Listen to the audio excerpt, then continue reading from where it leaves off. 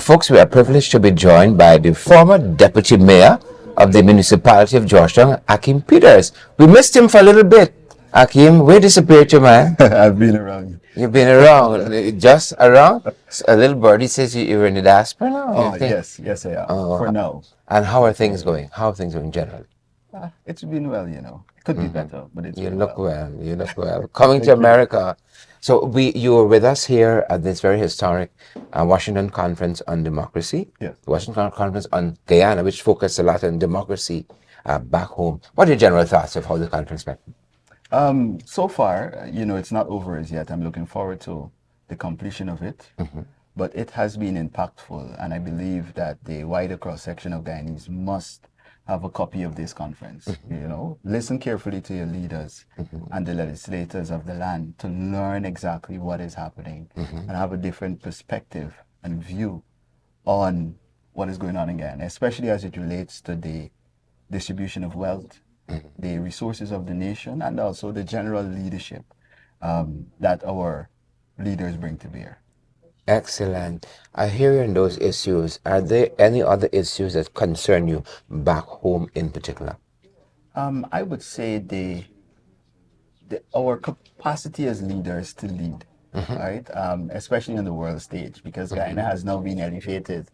Unpack that for us. What does that mean? Capacity to lead.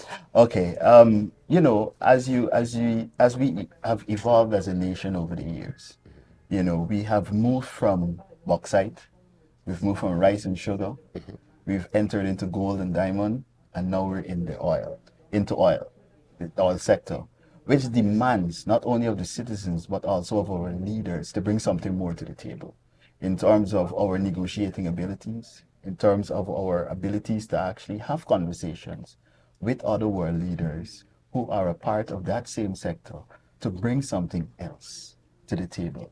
Not only the discussion of it being unfair, but rather why is it unfair and what can be done to not only better Guyana, but posture the nation into a level of being a regional leader and once more the breadbasket of the Caribbean. I think this is a great opportunity, and this conference has taught us that Guyana is in a position to once more be a leader in that part of the world. And I hope our leaders take note of that. Take note of that.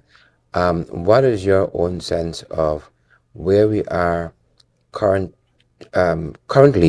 politically, and perhaps what precisely it might take, a couple of things, to get us where we need to be? Any political party, any political organization, the aim of it is to take political power to do things for its constituents. How do we get there? I believe we are currently found ourselves in the realm or the phase of the wilderness with the hope of seeing the promised land. But I do also understand that that is a process. And our leaders must understand that that's a process. It's not going to be an overnight thing, but we must be committed to that process, to be committed to leading the Guyanese people, first of all, the Guyanese people into the promised land. If as a leader we fail to do that, then we have failed ourselves. So we must understand that even though we're being found in a wilderness situation where we're transitioning now, even at the level of leadership, into that hope of Guyana being a world stage leader, we must get to that place. And I believe that the cohesion factor is important. As a nation, as a melting pot of different cultures and different ethnicities, we must retain the ability to be cohesive, to exist and to depend one upon another.